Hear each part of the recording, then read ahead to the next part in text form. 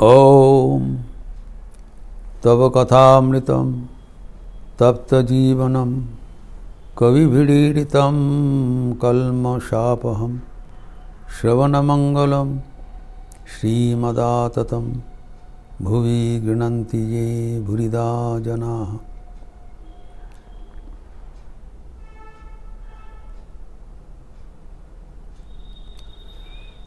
श्री श्री ठाकुर बलराम मंदिर में विराजमान है और भक्त प्रसंग हो रहा है। बलराम भवन में उनके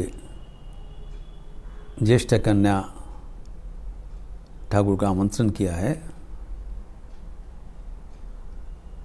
भोजन एवं विश्राम के उपरांत 3 बजे भक्तगण के साथ बातचीत हो रहा है। एक हिंदुस्तानी भिखारी भजन कर रहे हैं। उत्तर प्रदेश का एक भिक्षुक 2 गाना गाए हैं, सबको बहुत अच्छा लगा। नरेंद्र नाथ भी बैठे हैं, संगीत प्रेमी है, तो कह रहे हैं और भी गाना गाओ। बहुत अच्छा लगा। ठाकुर कहते हैं नहीं और नहीं गाना चाहिए। देखिए कितना डीप कंसर्न है।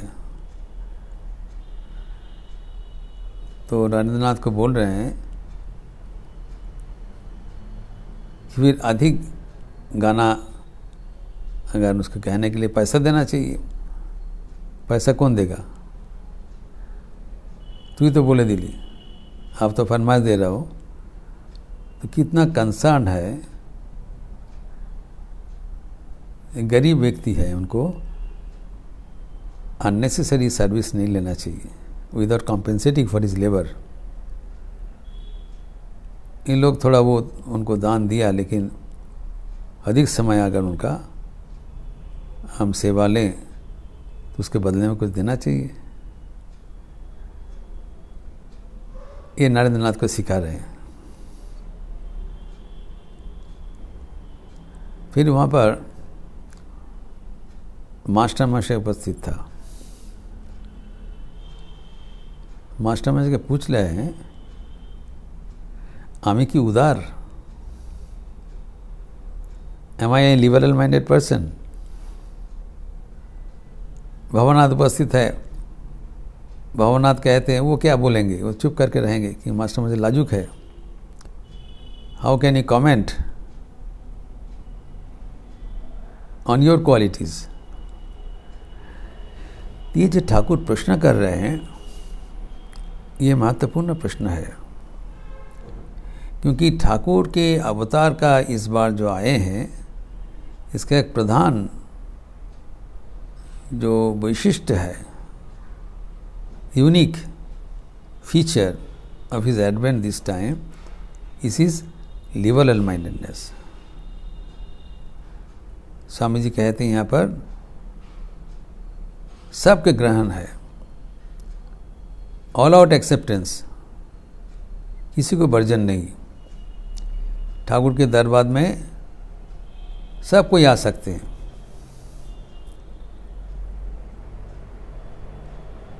ओरे पापी तापी आए सकले, नाम तरंगे भेসে যাই, रामकृष्ण नामेर बाण डेकेছে भाई। जो भी चाहे आ सकते हैं, सबके लिए स्वागत है। कोई भी धर्म का हो, कोई भी देश का हो, कोई भी जाति का हो, ठाकुर के दरवाजा सबके लिए अवारित है। This is the greatest contribution of Shri Ramakrishna. उनका उदारता, सर्वग्रासी उदारता, सबको लेके चलना, कोई भी वर्जन नहीं है। यही प्रश्न पूछ रहे हैं। अर्थात उनका जो उदारता, जो घनिष्ठ जन है, वो क्या समझ लिया या नहीं? इतना जल्दी समझना मुश्किल है, लेकिन मास्टर मास्टर को पूछ ले रहे हैं कि समझा कि नहीं। मास्टर मास्टर कुछ उसमें टिप्पणी नहीं दिया, लेकिन उनके प्रश्न से पता चलता है how much he was concerned about the acceptance of his liberalism amongst is the devotees. फिर उसके बाद हाजरा का प्रसंग हुआ, जो भी हम लोग चर्चा किए हैं। ये हाजरा सबको विचार करते थे कौन कैसे हैं। ठाकुर ने उसके साथ मजाक करके पूछा किसको कैसा हुआ है, और हाजरा ने बताया नरेंद्रनाथ को 100% सत्व है, भगवान के करीब है, और हाजरा का है 110%, 1% 2 आना। जबकि ठाकुर बोले मेरा और तुम्हारा है 12 आना, 75%। अभी ठाकुर बोल रहे हैं कि हाजरा के बारे में, यद्यपि नरेंद्रनाथ उनको बहुत प्रशंसा कर रहे हैं, लेकिन ठाकुर इसलिए बोल रहे हैं क्योंकि हमारे जीवन का मूल लक्ष्य है ईश्वर लाभ। किसको कितना धोखाधड़ी दिया, कितना इन्फ्लुएंस कर लिया, वो फिर बेकार है, गौण है। Whether you have been able to reach the goal or proceed towards the goal, वही बात है। अभी हाजरा का जो रियल नेचर है वो उन्मोचन कर रहे हैं ठाकुर। यद्यपि उनके लिए बहुत प्रशंसा किया, जो जॉब ध्यान भी करता है। हाजरा माला लेके जॉब करते थे, वो बहुत अच्छा है, लेकिन अगर उसमें ईश्वर लाभ करना संभव नहीं हुआ तो व्यर्थ हो गया।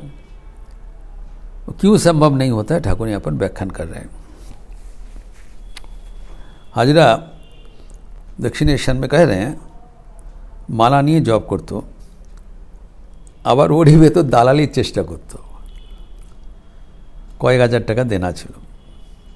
ठाकुर कहते हैं उधर में दक्षिणेश्वर में जब ध्यान तो करते थे, लेकिन उसके बीच वो दलाली का कुछ प्रयास करते थे, कई हज़ार रुपया देना था, तो इधर उधर करके कुछ ऊपरी पावना हो जाए, कुछ कमीशन मिल जाए, दलाली का कमीशन मिल जाए, ब्रोकरेज, उसका भी वो एंगेज कर लिया। और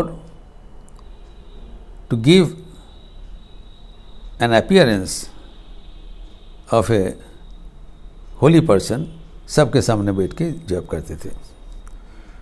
तो भले ही उसका दलाली का कुछ फ़ायदा हो जाए, लेकिन भगवान लाभ नहीं होगा, ये ठाकुर का कहना है। You cannot hoodwink God, you can hoodwink people and get some mundane benefits, but not spiritual grace, ये ठाकुर का कहना है, जो कि हमारे सबके लिए एक संदेश है, एक सूचना है।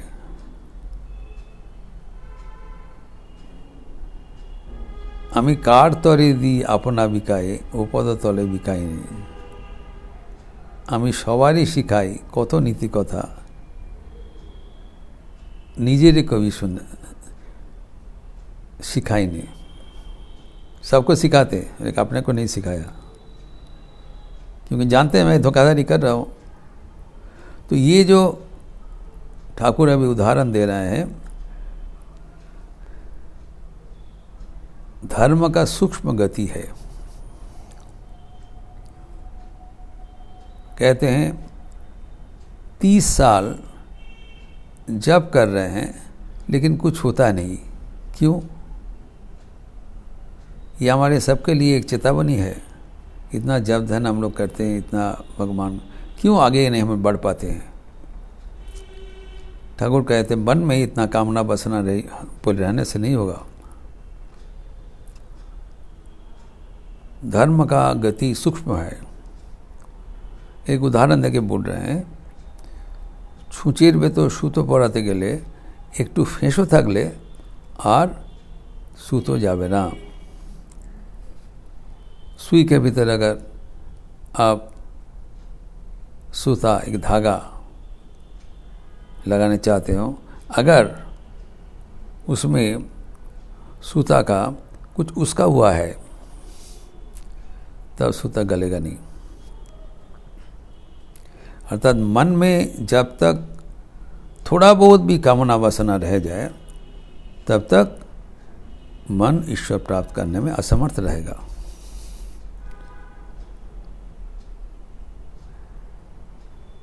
तो ठाकुर यहाँ पर एक उदाहरण दे रहे हैं कि इसका कोई ट्रांसलेशन नहीं हो सकता है। अच्छा, ट्रांसलेशन अच्छा करके भी सुनाएंगे, लेकिन ठाकुर का जो ओरिजिनल बात है वो अनूठा है। डाकुर अभी जो वर्तमान में जो बांग्ला भी जानते हैं उसको भी इसको पता नहीं चलेगा, ये प्राचीन बांग्ला है। डाकुर घाव हले घूंटेर भावरा दीते हैं, साधारण औषधे काज है ना। अर्थात विषैला घाव होने से कांडे को आग लगाना चाहिए, साधारण दवा से जी जाएगा। ट्रांसलेशन में बताया, if there is a gangrenous sore, then it needs a drastic treatment। अर्थ कुछ बताया। ठाकुर का जो वाणी है, अर्थात जैसा बीमारी है उसी अनुसार दवा लगना चाहिए। थोड़ा बहुत करके कामना वासना जाने से ईश्वर लाभ नहीं होगा। तीव्र वैराग्य की जरूरत है, नहीं तो वो 30 साल जप कर रहे हैं, थोड़ा तो जप भी कर रहे हैं और कामना वासना भी हटा रहे हैं, ये सब से नहीं होगा। सब कुछ छोड़ के व्याकुल होकर भगवान को प्रार्थना करना पड़ेगा, क्योंकि नहीं तो सूता में थोड़ा से भी उसका हुआ है वो गलेगा नहीं, व्यर्थ है। लेकिन ठाकुर कहते और एक बात है, 1000 साधन भजन करो, एकटू कामना थाकले হবে না। पहले बताया ठाकुर, दूसरा जगह में बताया एकटू संदेश खाबार बासना थाकलेও আর হবে না। थोड़ा से संदेश खाने का भी, मिठाई खाने का भी थोड़ा बहुत रह गया, सब कुछ हो गया थोड़ा बहुत, बस उसमें अटक जाएगा। इन द स्लाइटेस्ट कामना वासना होने से नहीं होगा। लेकिन एक बात है, अगर उनकी कृपा होने से समाधान हो जाता है, तत्काल होगा। একটা কথা, তার कृपा होले एक खुनी है, तत्काल हो जाएगा। तब वो कामना वासना जितना भी हो उसमें कुछ फायदा, कुछ मतलब नहीं, कृपा होने से होगा। भगवान का कृपा होने से, जैसे एक उदाहरण दिया, 2 उदाहरण दिया। पहले उदाहरण बताया जी, एक जो कमरा है, अंधेरा है, 1000 साल से अंधेरा पड़ा हुआ है, तो थोड़ा रोशनी लाने की कोशिश कर रहे हैं, फिर बुझ जाता है, कुछ हो नहीं पा रहा है। लेकिन कोई अगर वहाँ पर एक उज्ज्वल दिया लेके उपस्थित हो जाए तो साथ साथ आलोकित हो जाएगा तत्काल। तो ये तत्काल होगा तभी होगा जब वहाँ पर कोई रोशनी लाए, थोड़ा करके अंदर नहीं जाएगा। और एक उदाहरण दे रहा है, मानो एक गरीब लड़का है और कोई बड़े आदमी का नज़र में आ गया, बड़े आदमी की नज़र में आ गया तो बड़े आदमी उसको पसंद कर लिया, तो उसको लड़की के साथ उनका शादी दे दिया, तो अपने दामाद बन गया। तो साथ साथ तत्काल उनको गाड़ी घोड़ा, दास दासी, मकान, असबाब, सामान और पत्नी तो मिला ही, और उसका विषय संपत्ति सब कुछ तत्काल मिल गया। उसको कुछ प्रयास नहीं करना पड़ा।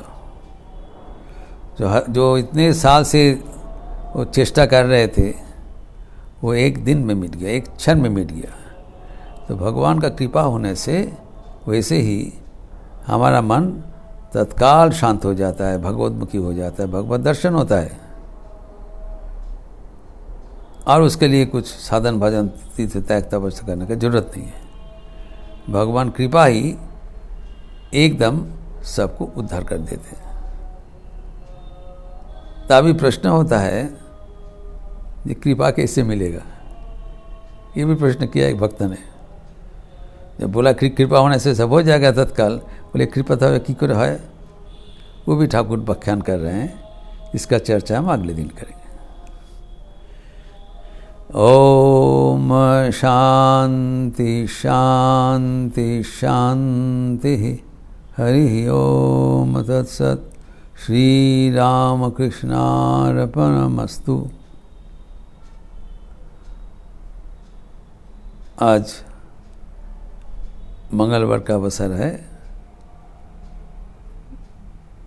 एक और स्थित हनुमान चालीसा होगी, फिर दूसरा आज एकादशी तिथि भी है, राम नाम संकीर्तन भी होगा। संध्या आरती के उपरांत राम नाम संकीर्तन तथा हनुमान चालीसा आप लोग सब स्वागत है। अच्छे रहिए, स्वस्थ रहिए, आनंद में रहिए। नमस्कार।